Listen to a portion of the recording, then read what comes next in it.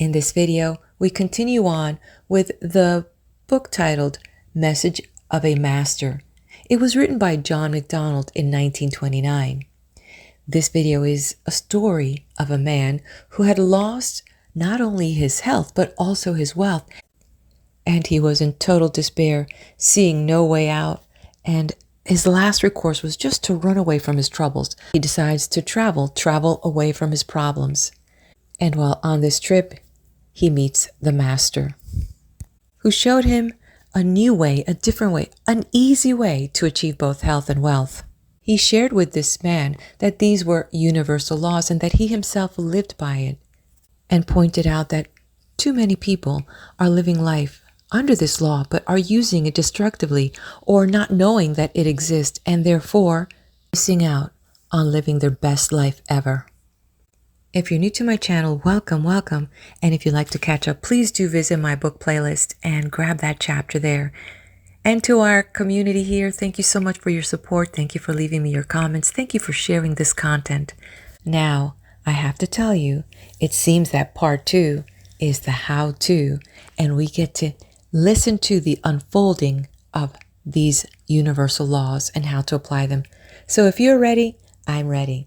Let's turn the page. Part 2, Chapter 1. In imparting the principles of this law to you, I will ask that you overlook any apparent contradictions, for of necessity they are bound to occur when treating upon a subject of this kind, in order that propositions otherwise obscure may be made clear.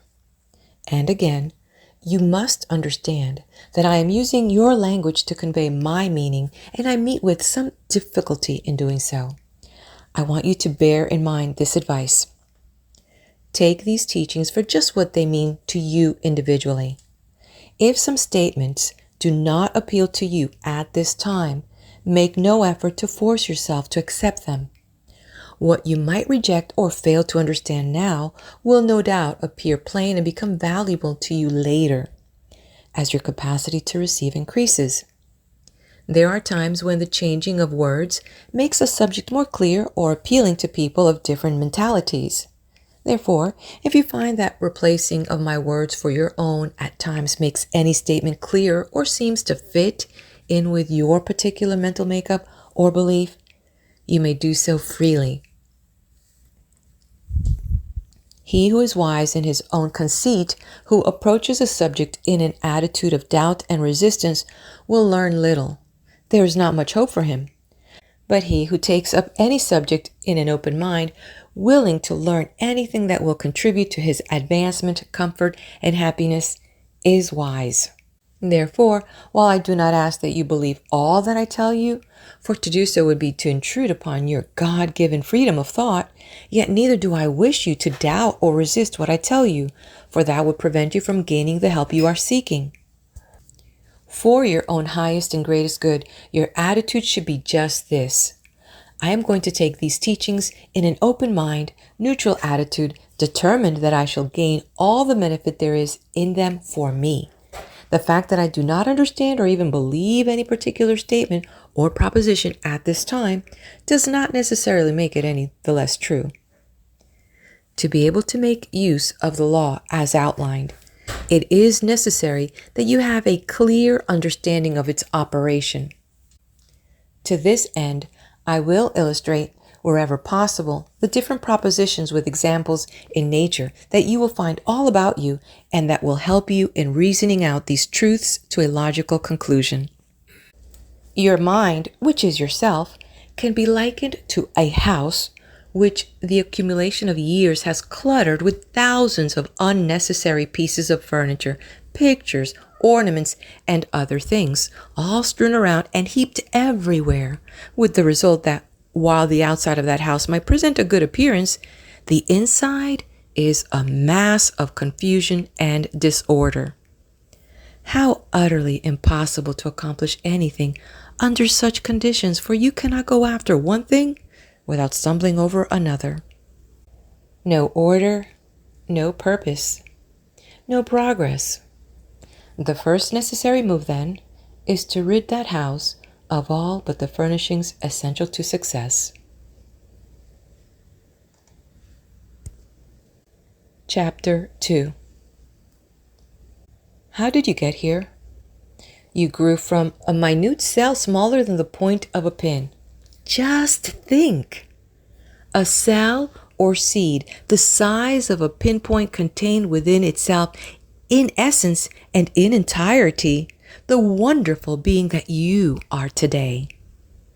Surely that cell could not possibly contain the material forms, no matter how infinitesimal they might be, of body, head, hair, arms, legs, hands, feet, and all the wonderful organs of the body. Well then, how did you arrive at your full stature as you now appear? There is but one logical answer. That cell contained a spark of mind, the one and only power supreme in man. That spark of mind, true to the law of its own being, held a fixed image or picture of you, and you unfolded, grew, and eventually outpictured or became objectified in obedience to that law. Surely you cannot reasonably deny that, in the process of nature, you originated in a cell, and you will not deny that you could not be contained bodily in that cell. Therefore, the only conclusion is that you must have been in that cell mentally. Should your understanding fail to immediately grasp this truth, your reasoning faculty will readily admit that there is a power at work in that cell, unfolding according to a definite plan. So, intelligence must be present. Admitting the presence of intelligence, it follows that we must admit of the presence of mind. It is necessary at this point to get one fact clearly before you, for it is the fundamental basis from which we proceed, and that clearly is this: that mind, no matter what form it is apparently contained in, holds images, pictures, and any picture firmly held in any mind, in any form, is bound to come forth. This is the great, unchanging universal law which, when we cooperate with it intelligently, makes us absolute masters of conditions and environment. Can you not recall instances when you have secretly expressed a desire within yourself for some particular thing, or that you might meet a particular person, when shortly that thing becomes your possession, or that person appears, and you might exclaim, "Isn't it a coincidence? I was thinking of you just this morning." It is no coincidence at all. Not at all strange. It was the natural outcome of the operation of definite law. If this be true, why do not all wishes or thoughts appear? Many do. But because of the absence of alertness due to ignorance of the law, they pass unnoticed. And again, many do not manifest at all. To illustrate this, I can use your knowledge of radio. You attempt to tune in to one station for some delightful music, but because of there being a number of others on the air, your reward is a jumble of confusion. But should you reach that station when others are temporarily off, you get it clearly and your desire is gratified. The answer to the question is this: it happened that, by chance, those thoughts or desires which appeared arose at just the instant when there were no other conflicting thoughts present to nullify their power, and the mind, instead of being divided among many thoughts, threw its force in with the one, and it became outpictured or externalized. You have experienced times when your mind became a complete blank for just a moment, and you found yourself staring out into space. If at that instant it were possible to inject any wish, any desire, with sufficient force, nothing upon earth could prevent it from coming forth instantly. Now, what is the cause of the confusion prevailing in mind which weakens your thought? It is the false belief that there is a power or powers outside of you greater than the power within you. If through a system of practice conditions within you became such that every constructive thought automatically outpictured, you would be master of all conditions or circumstances that in any way concerned you or affected your life. Would you not?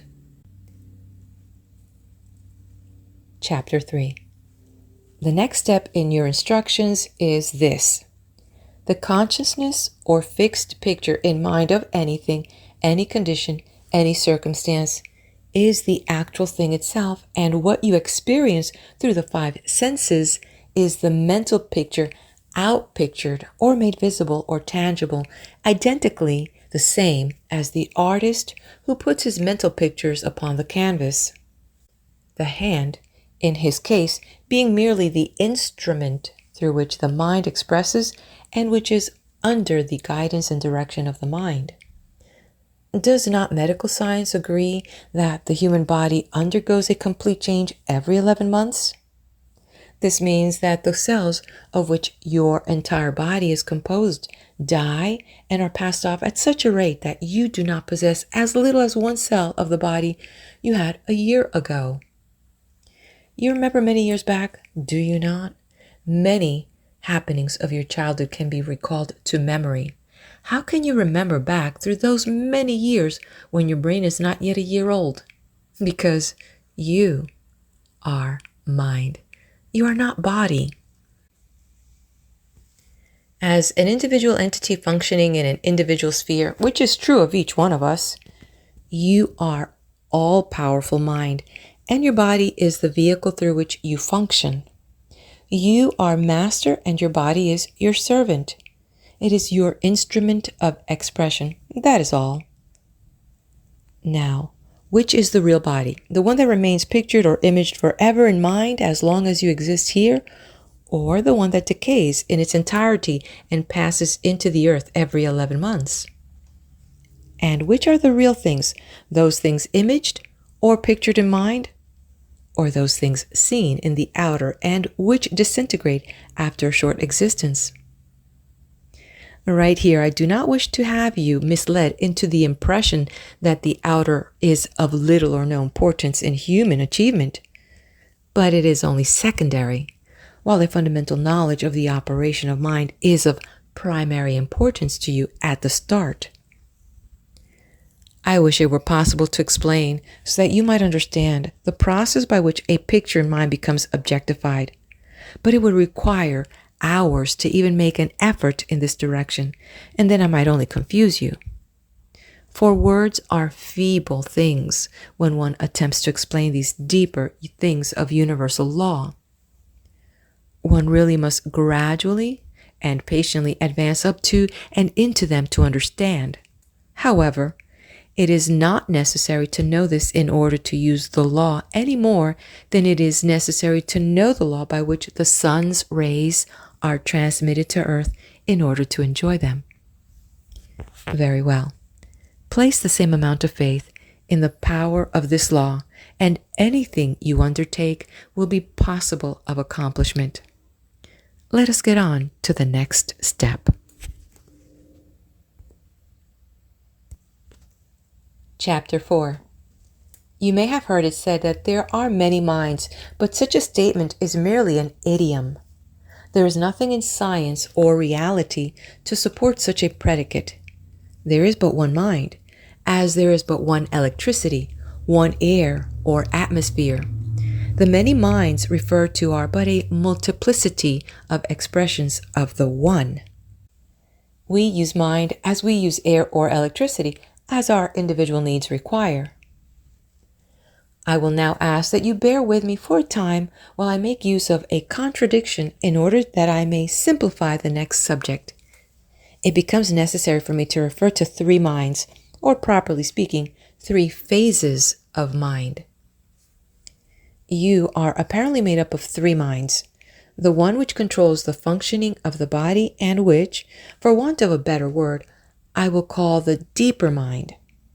This mind we are not particularly concerned with, and properly should not be. It knows its duties better than we do. We can cooperate with this mind to our great profit in both health and strength by keeping our thoughts off the body. By forgetting that we have a body and thereby refraining from interfering with the proper functioning of this deeper mind, we will find that it will get along very nicely. The other two minds in which we are greatly interested and which we must deal with from this time forth are what I might name the inner and outer minds. Those two minds you will readily recognize from the fact that when you take sides within yourself upon a subject and find yourself carrying on a spirited controversy with yourself, you are engaging these two minds. The proper office of the outer mind, which is in touch with external things through the medium of the five senses, is to transmit its desires to the inner mind, which is the seat of power within you and which, by its very nature, has no consciousness of duality, since it has no faculty of discrimination. It knows no impossible, no failure, no obstacle, or limit or lack. It depends upon the guidance of the outer mind and throws its great unlimited force into anything that the outer mind may direct. I can better illustrate the character of the inner mind by again comparing it with electricity. As electricity is the greatest power in the world, so is the inner mind the greatest power in your being. Of themselves, neither operate independently, but depend upon a separate agency to incite them to action, and both bring helpful or harmful results according to the wisdom or ignorance with which they are directed. This being true, how important then for the outer to unite with the inner and cooperate with it. And if this were the condition in human affairs, man would be master of his environment instead of being the slave of circumstance. Why are all not supermen instead of merely men? And for this reason, the outer mind forms a desire which is automatically taken up by the inner mind, and in turn, it immediately proceeds to function toward bringing it forth. It scarcely has time to turn its great force in that direction before the outer has found a new fancy or has conjured up illusionary obstacles, and the inner, not being on the surface, not in contact with outer things and consequently dependent upon the outer for guidance, is forced to again divert its power. And thus it goes, on and on, like leaks in a steam pipe, scattering its wonderful power everywhere, but getting nowhere. Why is the inner mind thus thwarted in every move it makes toward accomplishment? Why? Because the outer judges everything by what the eye and ear reports and transmits that message to the inner. What do we find humanity doing? We find them taking pictures of what they experience daily in the outer world, developing the sensitized film, then printing those pictures upon themselves within. The procedure should be just the reverse. I know whereof I speak when I say that we have been endowed with the capacity and the power to create desirable pictures within and to find them automatically printed in the outer world of our environment. And it is a simple process, as you will see later. When we can do this, we have mastery, and not before. Well then, you would say the need must be to discipline the outer mind since it seems to be the offender. Just so. But since it meets up with thousands of experiences almost daily, ordinary methods of training might require years to accomplish results. Or at best, such training would be a long drawn-out process. There is a quicker and better way. A method which, when put into operation, employs the usefulness of the outer mind without taking into account its vacillating willfulness. And the first step in this direction follows. Chapter 5. We will suppose that there is an urgent need for you to reach a certain town as quickly as possible. When you step into your automobile, you naturally picture in mind a given point of destination and turn your face in that direction. If that point be distant, you may become diverted onto wrong roads many times. But upon noting this, you return and again take the proper course, guided by what? By the picture in mind of the place you are headed for, and you get there. You held to a set, definite objective until you reached it. You held your objective or destination in mind without any particular effort or strain and merely returned the car to the proper road when you found that it had strayed. And you got there. Thus it is with us. A set, definite objective must be established if we are to accomplish anything in a big way. What do I mean by establishing a set, definite objective? Is it as simple as it sounds? No, not at the start. Would you set your objective at 1 million immediately and start out thoughtlessly to make it overnight? Yes, you might, if you have the capacity to see 1 million as an immediate possibility. But this is quite rare. The wise thing to do is to grow to it as the marathon runner begins by first running 1 mile. Then he goes 2 miles, then 3. Thus, he expands his capacity to eventually cover the full distance. Why is a set, definite objective necessary?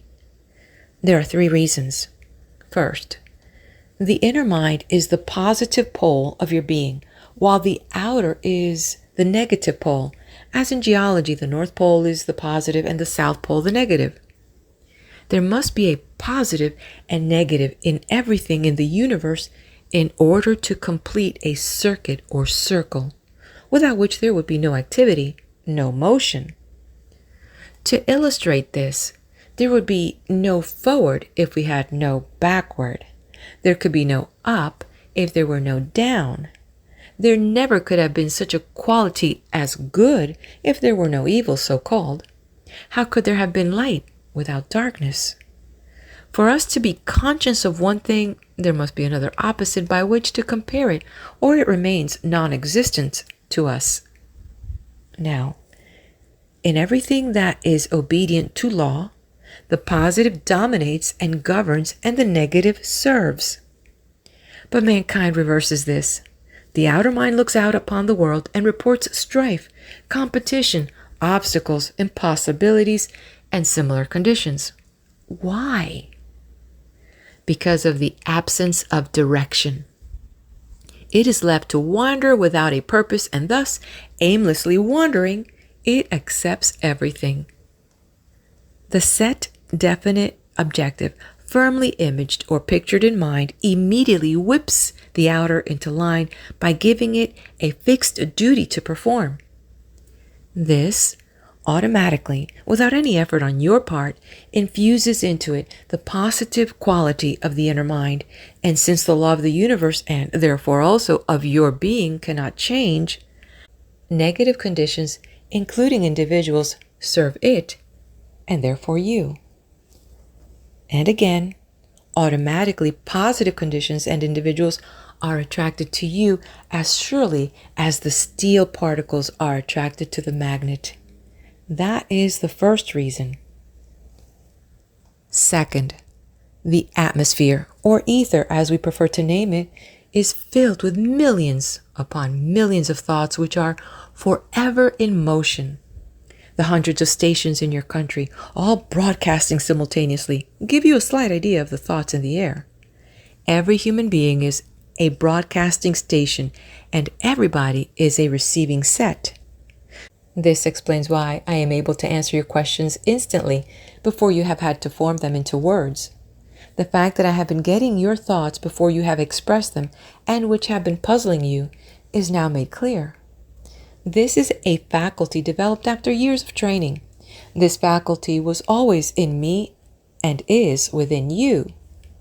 I have brought out and made use of mine, while yours lies dormant almost entirely. To get back to our subject, the man who has no set definite objective is tuning in to everything and getting nothing. He is unfortunate indeed. for he is at the mercy of millions of conflicting thoughts, and his is a life of confusion and distress. Some of those in my work have so perfected themselves that they are able to see these thoughts by virtue of the same law developed in themselves, by which you will soon be enjoying motion pictures transmitted to you over the radio. Therefore, we know what we are talking about when we speak of the chaos of thoughts in the air. On the other hand, the man who has a set, definite objective deliberately tunes into one thing, which action automatically makes him positive and consequently wipes out the others. If it is money he wants, he gets it. If it is position he wants it, he gets it. Nothing that such a man tunes into can be withheld from him.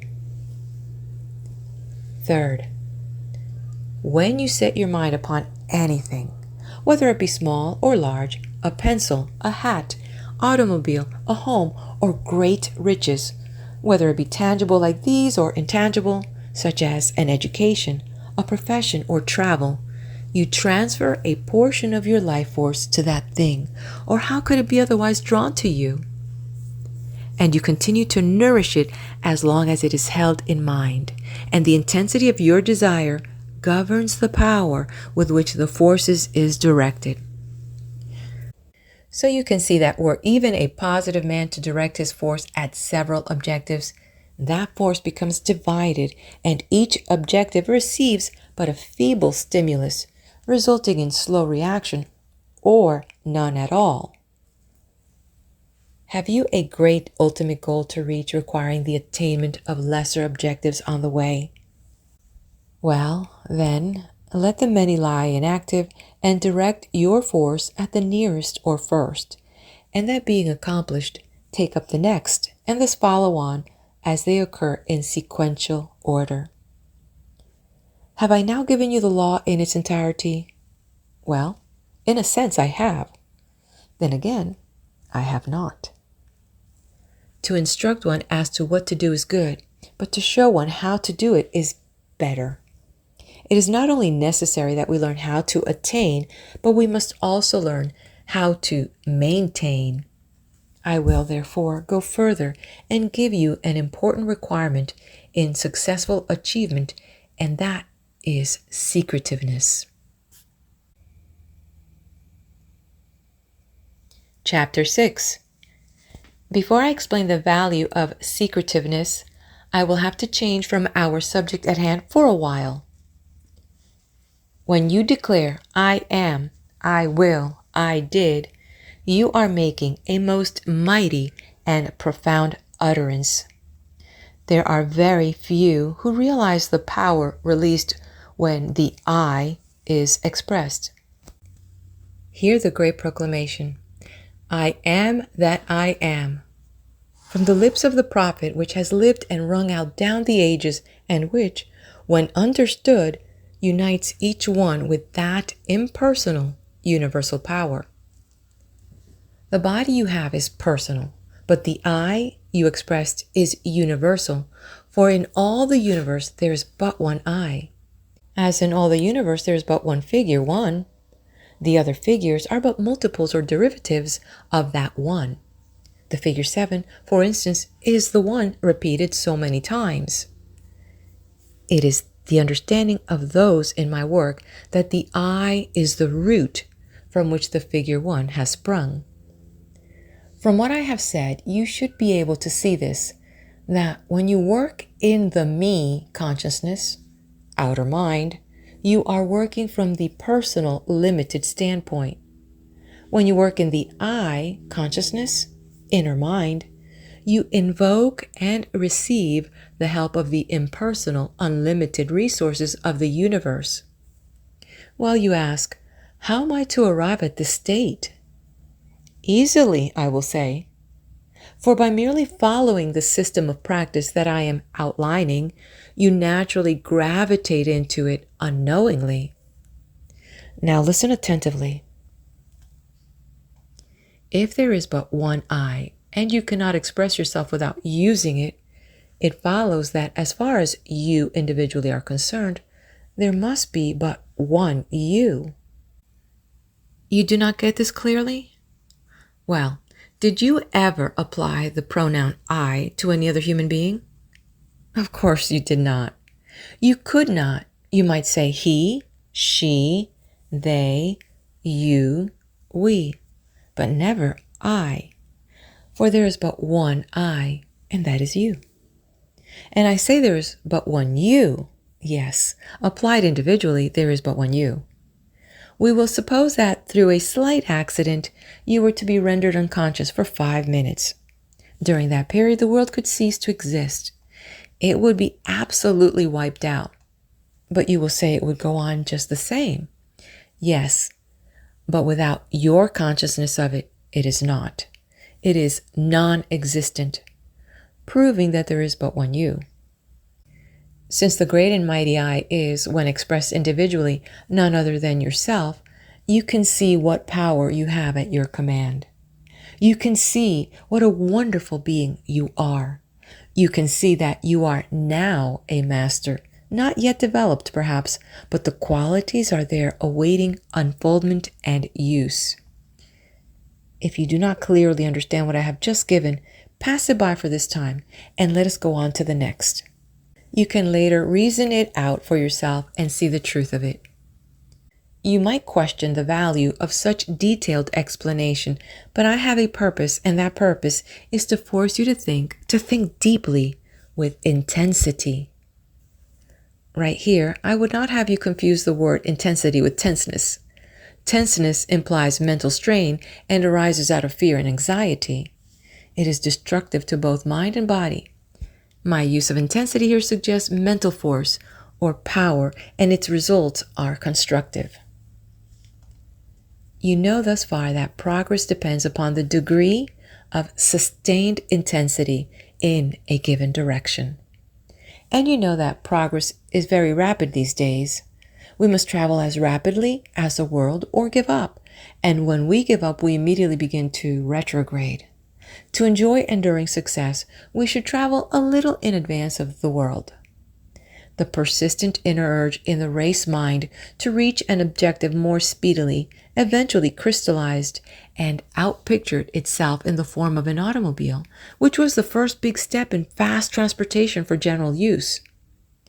But since it is the nature of mind to forever reach out for greater achievement, the airplane came into being in obedience to the mind of man, to find a way faster and to subject to the obstacles incident to automobile travel. And thus mind moves, and thus it will move forever. Open your eyes and look about you. Cannot you discern the trend? Mind is forever reaching out and has not stopped at the airplane as a rapid mode of travel. I hesitate to tell you what the next great step in this direction will be, but I will tell you this. Mind is so rapidly coming into its own that in the not far distant future, the man who knows the law and uses it will be supreme, and the ignorant one who refuses to see this will just remain in bondage to his false beliefs. How important, then, to learn the law of thinking things through, rather than follow the time-worn method of attempting to force them through. One is mastery, and the other slavery. Returning to the subject, the value of secretiveness lies in the fact that, being impersonal and universal, the I throws its power in with whatever words it is coupled, and when your plans are expressed in words verbally, they become released and their force is spent. The outer mind has found a way of escape, and your purpose has lost its necessary momentum. Chapter 7. The next requisite I might term your nourishment or reserve. We know that few are capable of sustained effort, and that is the reason why we have comparatively few outstanding successes. You have learned that your great power lies not upon the surface, but deep within your being, in your inner mind. The average human lives upon the surface, ignorant of his great interior power. Placing what little faith he has in the outer mind, he is governed by its false reports, and as a result, he is constantly in a turmoil of confusion, strife, and strain until he succumbs discouraged and disheartened, broken in health and spirit. Why is this so? Why is it a common expression that a man who accumulates wealth pays dearly for it in health and vitality? Because, as I have already told you, when he intensifies upon a given objective, he automatically transfers to it a portion of his vital force. This is all very well and necessary, but such a practice, continued with no replenishment to keep that life force nourished, drains it, and the result is trouble. It is your rightful heritage, your birthright, to have anything that you desire and without limit. For as I have said, you are, in a sense, the only one here. For yours is the only consciousness in existence as far as you are concerned. You can never know another. Those things that you desire were put here for you to use and enjoy. If not, why are they here? And since only you can be conscious of your own individual desires, those things were placed here specially for you. Yes, you may have riches and position, and with them health and happiness, when you know the law of your being and cooperate with it. I have no patience with the one who proclaims that poverty is a blessing. Poverty is the greatest curse upon earth. The one who preaches such a doctrine is untrue to himself, for while such remarks are proceeding from his lips, the desire for the good things of life is gnawing at his heart. Knowing so well that each individual, being differently constituted, given the fundamental principles of the law, will each work it out somewhat differently, according to his own particular inherent nature. I have purposely avoided referring to my method so that you might have your entire freedom of interpretation and decision. But since I feel prompted to do so, I will give you a hint of how I work, advising that you let this not influence or change you in your method because of it having come from me. You cannot attain dominion patterning after another or following custom or tradition. Sheep and plotters do that. Masters and leaders never do. A painting would be a dull, uninteresting thing were the artist, in featuring a great oak tree, to fail to include its natural surroundings of grass, brush, flowers, leaves, and possibly sky and clouds. The true artist creates a faithful reproduction. Our methods are similar. While he places his upon the canvas, I place mine within. He places the oak upon the canvas and gives it its natural surroundings. I do the same. To bring his picture forth, he is compelled to concentrate upon it to the exclusion of all else that would tend to draw him away from his purpose. So am I. At times, something in the external suggests the picture to him. At other times, inspiration suggests it. It is the same with me. 100 things in a day may come up to distract him and attempt to draw him away, but with his picture uppermost, he does not resist those distractions, but gives them their due attention and returns to the picture. Just so with me. His picture completed, he begins another. I also do, for I am never consciously mentally inactive. Inactivity is retrogression. Should I desire the presence of my servant at this moment, I would see him before me in my mind, picture surrounded by what is within my vision here, and shortly the picture outpictures. Were I to desire wealth, I would surround that picture with all of wealth's natural accompaniments of conditions and possessions that would instinctively present themselves for inclusion. I would get my suggestions, if necessary, from the outpicturing of externalized picture of another's success. I would go about my duties as usual. It matters little what I appear to be doing in the outer. It matters much what I am doing within. If I were a beginner and desired, for instance, a new automobile or home, I would select a picture in colors of the one or closely resembling the one I desired from a trade or home periodical and place it where it would meet my eyes frequently. This would tend to hold the outer mind in line and hasten the outpicturing of my idea.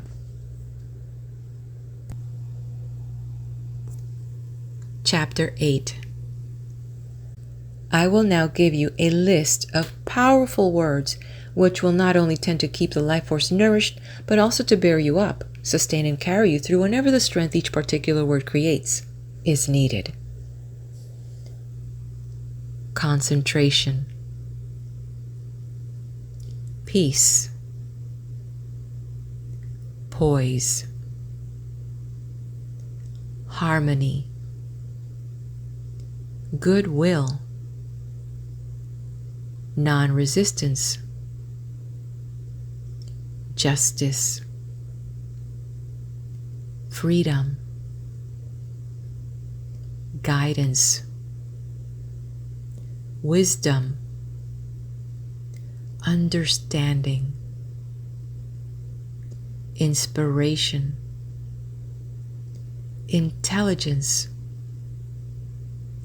memory, law and order, faith, confidence, spirit, health,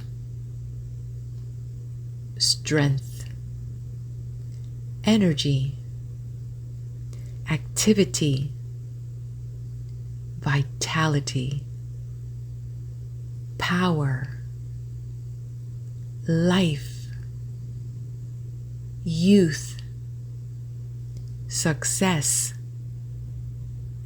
happiness, alertness, resourcefulness, persistence, purpose, achievement, mastery, dominion. After the day's activities devoted to your ordinary duties and affairs and the consequent devitalization of your life force, more or less, it is well to set apart an hour or half hour, as your judgment might dictate, each evening when you can be alone and undisturbed, and in the quiet and stillness of your own being. Take each word separately down the list, or if you feel so disposed, select such words from the list as you feel your particular needs require at the time. Firmly impress your being with each word, and at the same time interpreting its meaning and its effect upon you, not necessarily in the terms of its generally accepted meaning, but strictly as it appeals to you. Although I am continually impressing you with the fact that you are the I, the power in your world, and that you are to stand upon your own 2 feet firmly and live it, not particularly display it, but live it.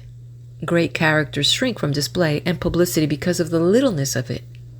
Yet, I do not advise that the declaration, I am, be used in connection with these words unless you are at the time in a positive frame of mind, unless you have a full conviction of what you are repeating. To declare, for example, I am power, lays the inner mind open to attack from the outer in the form of denial or doubt. Whereas, when the words only are repeated, they do not take upon themselves the nature of a declaration, and consequently the outer mind has not been given the opportunity to become aroused in opposition.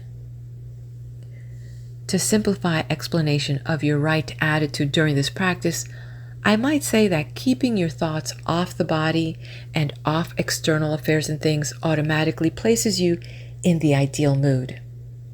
Of course, the outer mind will wander and bring up hundreds of things, hundreds of times, but like the automobile that I mentioned, becoming diverted onto the wrong road, you bring it back and bring it back, each time setting it on the right road. This wandering propensity of the outer mind will gradually lessen during these periods, and you will find yourself becoming a master of concentration. There should be no strain, striving, anxiety, or concern connected with this practice. You devote each evening unless otherwise taken up by occasional business, social, or family duties, to allowing these words to sink in and penetrate your being in like drops of pure water, entering a vessel of impure water, drop by drop. The non-essentials are forced out and the essentials remain. These powerful words acting upon you, your being, in the same way that food does open your body, automatically find their own need, places, and uses within, in the same manner as do the elements in the food which you eat. And you should not look for results from this practice any more than you look for results from what you eat daily. You are to practice this system every evening as regularly and diligently as your affairs will permit, and then forget them entirely until the next evening. They will be doing their work below the surface unknown to you, but their effects will show forth in you and your affairs. Chapter 9. Approaching the close of your instructions, I believe it well to outline an example of procedure for you. Since, as I have previously said, words are often so inadequate to convey the proper meaning when dealing with a subject of this kind, I will approach facts from different angles for better elucidation. Here is an example. Invoking the aid of this law, neither money, friends, or influence are necessary to the attainment of whatever your heart is set upon. Whether you are a banker, a clerk, or a bootblack, it is no respecter of person or position. Whether your ambition lies in direct line with the position you are now occupying, or whether it necessitates an entire change from what you are doing. You may have no definite plan in life except the fact that you want to get ahead. Since all the desire in the world will get you nowhere, it becomes necessary that a definite objective be first arrived at and then firmly established within. After intelligent deliberation, you decide upon one supreme goal. It is distant, perhaps, but the glorious assurance is that it can be attained. What is your first step? If a banker or merchant, is it a definite increase in volume monthly? Or if an employee, is it a position above? There, you have the first and nearest objective in the direction of your supreme objective. When the first objective is reached, what then? Set another one beyond that, immediately. Why? Because the peculiar nature of the outer mind is to drop back into inertia after being forced through to an objective. You can't imagine the outer mind reflecting something after this fashion. Well, I have been mercilessly whipped about and forced through to that thing, but I reached it, and now I will have a rest. And your answer will be, no rest for you, for I have already started you upon another. Because once having attained that valuable momentum, maintain it, cling to it, and as the momentum increases, the steps in your progress become more rapid until eventually it will be possible to reach an objective almost immediately, as is the practice of those in my work.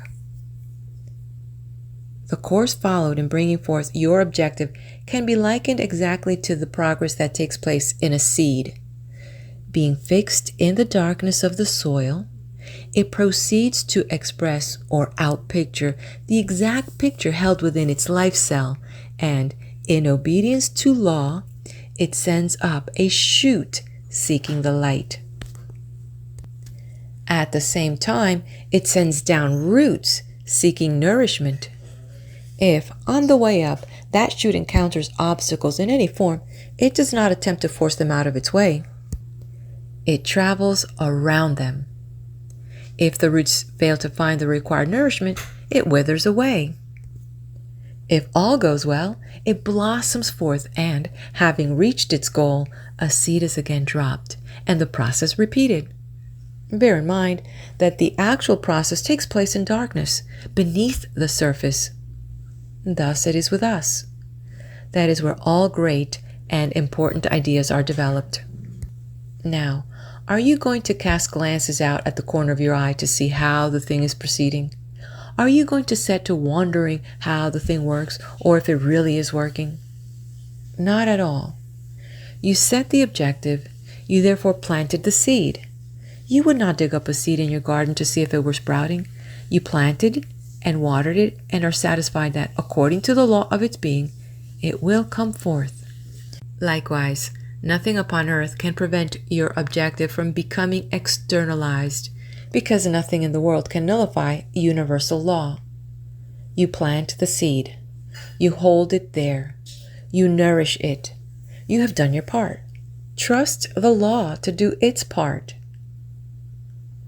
Will you encounter resistance? Oh, yes. Your activity creates it. Why? Because action requires reaction to support it. Resistance is the negative pole of action or activity. The positive pole, as you have already heard, and you need both. If there were no resistance, action would be non-existent. It is resistance that keeps the airplane soaring. Without resistance, it could not fly. Neither could the birds or the fish swim, or you walk. As the power of the engine increases, the greater the momentum of the airplane and the greater the resistance necessary to support it. The greater the momentum, the greater the altitude or height possible to attain. With the decrease in engine power comes the decrease in momentum and the consequent dropping of the plane. This is an example for us. Momentum must be attained and then maintained if we are to reach the heights of achievement. And the work is delightful after the apparent difficulty of the first steps are passed. For there is nothing more joyous than the satisfaction of having achieved something worthwhile. Are you to recognize resistance in any guise? No, for if you recognize it as a power opposed to your progress, you are resisting it. Therefore, you automatically acknowledge it as a power greater than you, for no lesser power can retard the progress of a greater one. That is plain. And going further, remember this great truth. Whoever or whatever you resist, be it in thought, word, or action, be it in the form of criticism, envy, jealousy, hatred, or otherwise, you most assuredly help and you weaken yourself proportionately. Why? Because you have deliberately taken a portion of your precious life force so necessary to your progress and transferred it to that person or thing. Have you not witnessed the case at times of one becoming exhausted after a fit of rage over another? Exhaustion is depletion, and to deplete means to empty. Something went out, yes, to the other person, to his profit and the other's loss. This is an example of the transfer of life force in a violent form. You are very fortunate in having learned this wisdom. Now, by all means, practice it.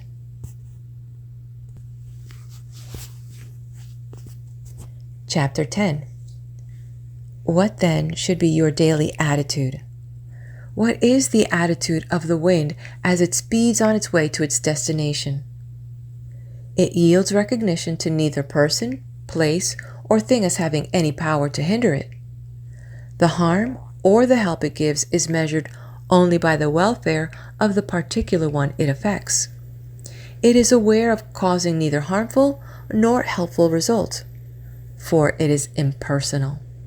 The sun shines, the rain falls, and the wind blows upon all alike. They choose no particular persons or things to help or harm. There is your lesson. You are not to be consciously aware of resisting or harming anyone in your way as you speed along to your goal. Those who attempt to hinder you are helping you and should be considered your friends. This is wisdom of the highest order. Keeping the secret of your aspirations locked securely within you sets up antagonism in the outer mind. For due to its nature, it rebels against discipline and subjugation. That evident weakness which stifled your great ambitions in the past is an illustration of the nature of this outer mind. That is its habitual trait. Seeing that it is about to be deprived of its wanton freedom, it will, like a wild bull in a stockade, seek to escape by every means except the way that you have provided. I am warning you. It will bring up every sort of argument to bear upon the futility of your purpose. It will tempt you to mention your plans and ambitions to others, to slow up in your activity, to doubt the power of the law operating in your behalf. It will try every known conceivable way to thwart you, and your answer to all this will be, obey. I am master here. Stand as master of your own being, and hold your course steadfast to the goal. You may be led through strange places and take circuitous routes at times, but let that not disturb you. With the wisdom of the inner mind at the helm, you are being led the quickest way, although it might appear to be the longest. This advice is necessary for you now as a beginner, but as you grow in practice, you will find that these qualities become a part of your being. They then function automatically, entirely without any conscious effort on your part. What is the result? Due to the persistent holding of the goal and your absolutely airtight secretiveness, the outer mind finds no escape for its increasing energy, and in desperation, it plunges through like the overload of steam through the safety valve of a boiler, and your objective is reached. We have come to the close of your instructions. Go forth and practice what you know. Living the law will make you a character of notice. People will be instinctively attracted to you both upon the street and among your social and business associates without knowing why. You will become a mysterious being to the world. Let this not turn your head, but rather, in humble gratitude, give thanks to the great supreme power that has made this possible. The end. And this concludes and finalizes the reading of the book titled The Message of a Master by John McDonald. Please do hit that like button, subscribe to the channel, leave me your comment. What was your takeaway of this book? And with that, we'll meet each other somewhere on my channel on the next video.